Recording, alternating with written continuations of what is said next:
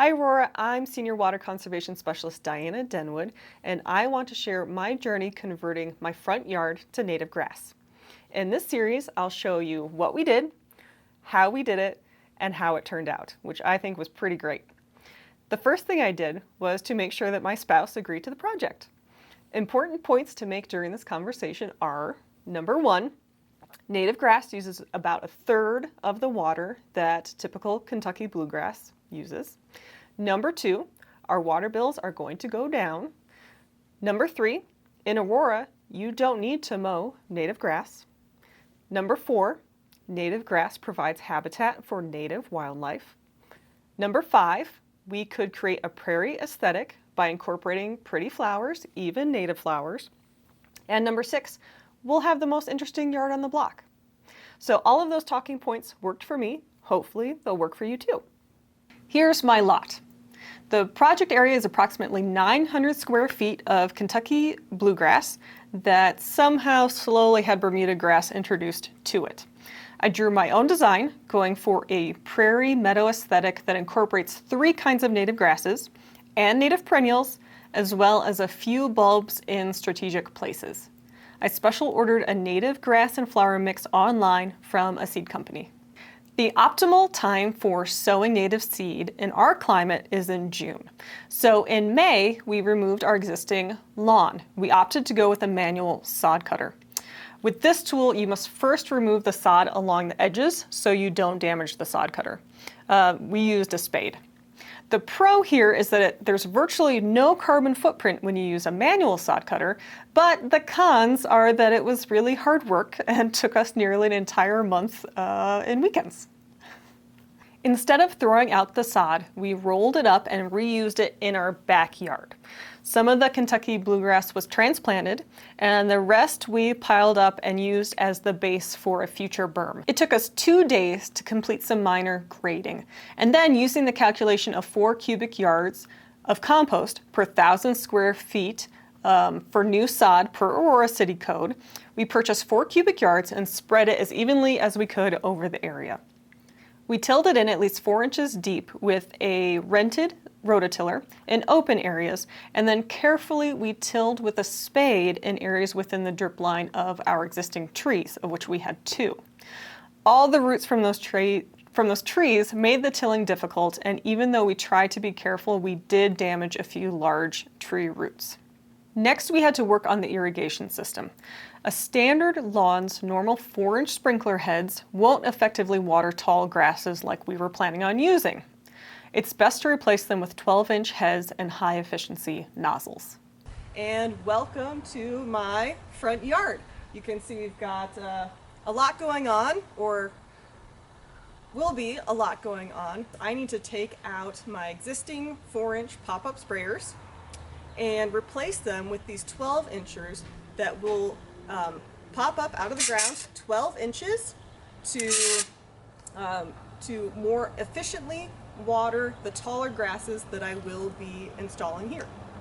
I decided to use Rainbird bodies and heads. Nozzles. Hunter also makes some, but I just decided to be consistent with the brand.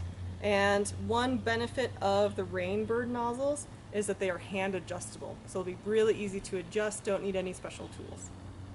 We dug new trenches and achieved decent head-to-head coverage.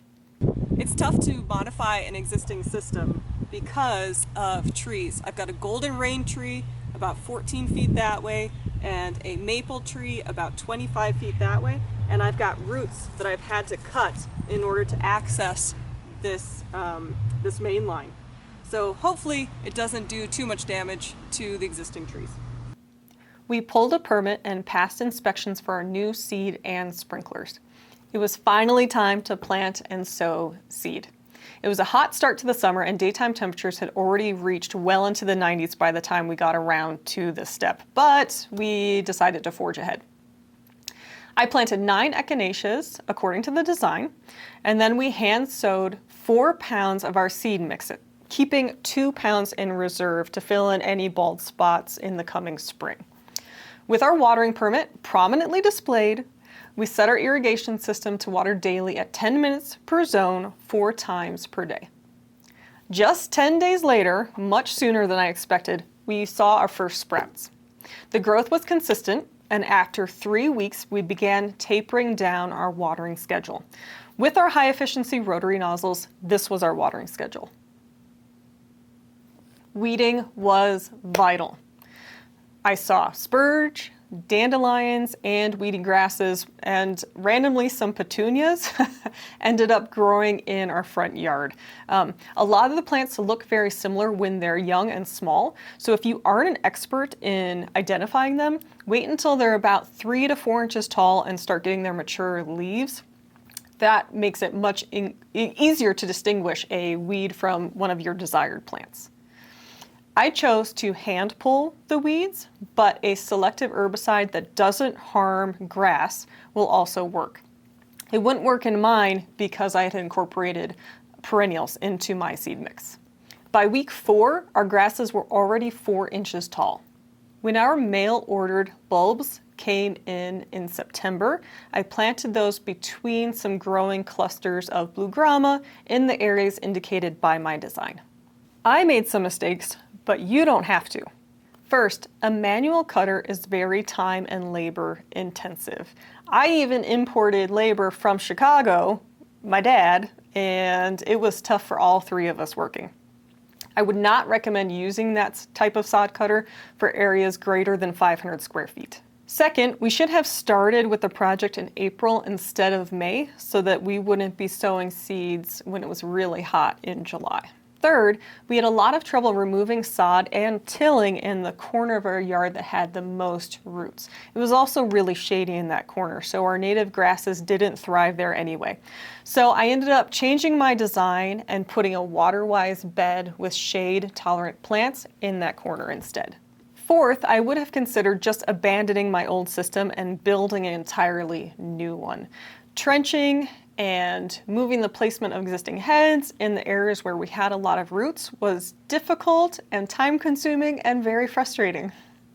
Regardless, we love our yard and we're so excited to see how all the plants come back and how they do in the spring.